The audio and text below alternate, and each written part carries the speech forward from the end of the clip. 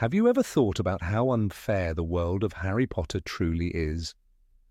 What if one of the most tragic stories in the series was hidden in plain sight, disguised as a charming subplot? In today's video, you will find out why the history of house elves is the most brutal and unjust tale in the entire magical universe. The Harry Potter books and movies are often seen as a light-hearted fantasy for children, and at first glance that makes sense. The early stories of the young wizard are filled with wonder, humor, and adventure. But beneath the spells and Quidditch matches, there's a darker reality, one filled with cruelty, oppression, and entire races doomed to suffering. One of the greatest injustices in the wizarding world is the fate of house elves. These small, peculiar creatures, draped in little more than rags, exist only to serve. Their magic is strong, yet they are forbidden from wielding wands. They live to obey, their lives dedicated to wizards who rarely show them kindness. Most fans remember Dobby, the brave and loyal elf who sacrificed himself to save Harry Potter. But his story is an exception. Most house elves live in silent servitude, bound by ancient magical contracts, never daring to dream of freedom. Where did they come from? Why are they trapped in this miserable existence? Clues scattered throughout the book suggest a tragic past. Centuries ago, something catastrophic happened to their people, something that left them desperate and vulnerable. In their time of need, wizards offered them refuge, but that kindness came with a cost. The elves, in gratitude, swore eternal servitude. What began as an act of loyalty turned into generations of enslavement. Over time, wizards grew comfortable with this power. They took the elves' magic for granted, stripping them of their rights and independence. Even worse, the elves themselves came to accept their fate. They saw freedom not as a gift, but as a punishment. A disgraced elf, one cast out by their master, felt only shame. That's the most horrifying part of their story. What could be worse than a race so deeply brainwashed that they love their own chains? Even Hogwarts, supposedly a beacon of justice, played a role in this oppression. The house elves who worked there were granted more freedom than their counterparts in noble wizarding families, but they were still forced to labor endlessly, hidden in the shadows of the castle. Yet, no one seemed to care. Even kind-hearted wizards like Hagrid never questioned it. Only one person did, Hermione Granger.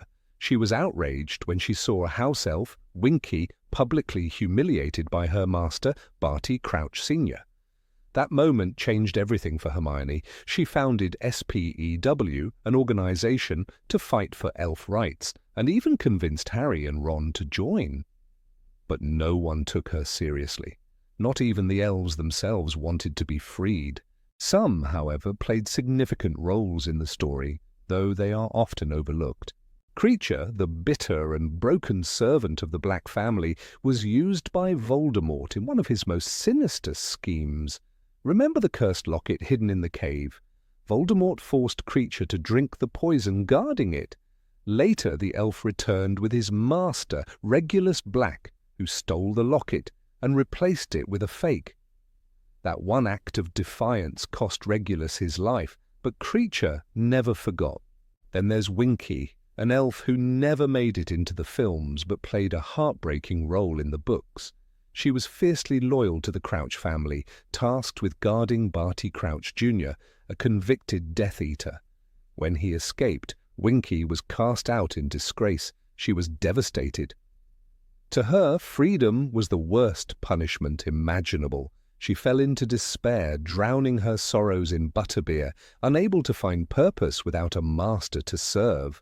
House elves were kind, hard-working, and incredibly powerful. Yet their destiny was shaped by wizards who saw them as nothing more than tools.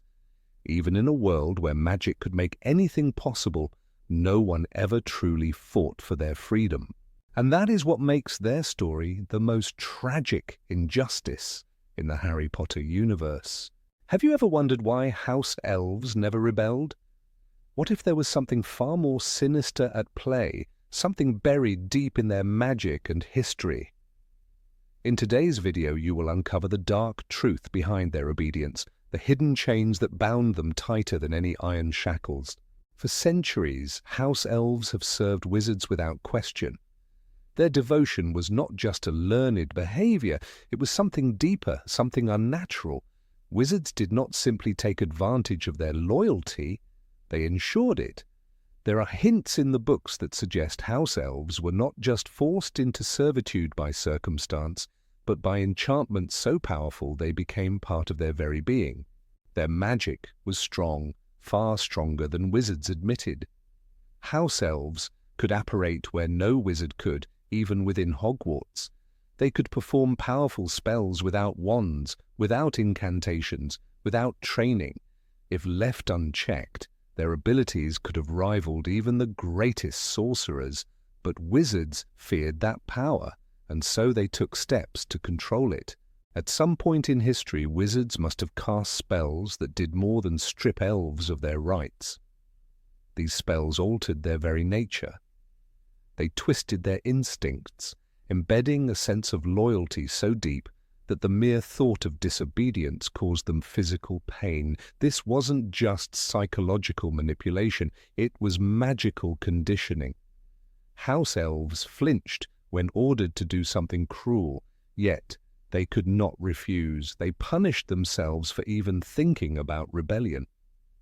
When Dobby tried to warn Harry about the dangers at Hogwarts, he didn't simply feel guilty, he physically hurt himself. That wasn't just fear of his masters, that was an enchantment forcing compliance. This magical enslavement explains why house elves didn't rise up, why they didn't flee, why they didn't even want freedom. Generations of conditioning had reshaped their very essence. Freedom was not just forbidden, it was unbearable. That's why they reacted with horror when Hermione tried to help them. They didn't just dislike the idea, they were incapable of seeing it as anything but a curse. Yet there were cracks in the spell. Dobby proved that house elves could break free. His love for Harry overpowered his conditioning, allowing him to resist. Kreacher too changed. Once filled with hatred and blind devotion to the Black family, he grew to respect and even care for Harry. This suggests that the enchantment could be weakened, that a house elf's bond to their master was not unbreakable. But how? There's a possibility that house elves, when shown genuine kindness, could regain their free will. Wizards never bothered to try. They saw house elves as nothing more than tools, believing them incapable of change. But when treated with compassion, something stirred within them. Kreacher, after years of cruelty, responded to Harry's respect with loyalty that was freely given, not magically enforced. It was a small shift, but it proved something crucial. The control wizards had over house elves was not absolute. It could be undone. This raises another disturbing question. If the spell could be broken, why hadn't it happened before? Perhaps long ago, some elves had tried to resist. Perhaps there were those who had fought back, who had seen through the illusion and dared to seek freedom. And perhaps those elves had been erased from history. If any house elf had ever succeeded in breaking the spell entirely, the wizards would never have allowed that knowledge to spread. They would have done everything in their power to ensure that no other elf followed the same path. The mere idea of free elves was a threat to the very foundation of the wizarding world. Think about it. House elves were responsible for maintaining the great wizarding estates, for keeping the noble families in power, for running places like Hogwarts behind the scenes. Without them, the entire magical society would have been forced to confront an uncomfortable truth. They depended on slaves. That's why even good wizards ignored the issue. Dumbledore, the champion of justice, never spoke against the enslavement of elves. The Weasleys, known for their kindness, never once questioned it. Even Harry, despite his friendship with Dobby, ever truly fought for their rights. It was easier to look the other way. Only Hermione saw it for what it was. But her fight was doomed from the start, not just because wizards refused to listen, but because house elves themselves had been conditioned to resist freedom. They didn't want it. They had been made to fear it. Winky's story is proof of this. After being freed, she fell into despair. She didn't know how to exist without orders, without purpose. She drank herself into a stupor, unable to cope with the weight of her own autonomy. This was the true horror of their enslavement. It had robbed them not just of freedom, but of the very ability to imagine a life beyond servitude. Yet, if one elf could break free, then more could follow. Dobby's defiance was not a miracle. It was proof that change was possible. The question is, what would it take to shatter the chains once and for all? If house elves had been cursed into servitude, then undoing that curse would require something more than just words. Perhaps it was buried deep within their own magic, locked away by generations of suppression. Perhaps, if they were given enough kindness, enough time, they could begin to reclaim it. But would wizards ever allow that to happen? Would they ever willingly let go of the power they held over house elves? History suggests they wouldn't. True change never comes from those in power. It comes from those who refuse to remain silent. And maybe, just maybe, the most powerful magic of all isn't found in spells or wands. Maybe it's found in the simple act of seeing injustice for what it is and daring to fight against it. The story of House Elves is not just a tragedy. It's a warning. It shows what happens when oppression becomes so ingrained that even the oppressed begin to accept it. It shows how power can twist reality, making the unthinkable seem normal. And it forces us to ask ourselves how many other injustices are hidden in plain sight, waiting for someone to see them.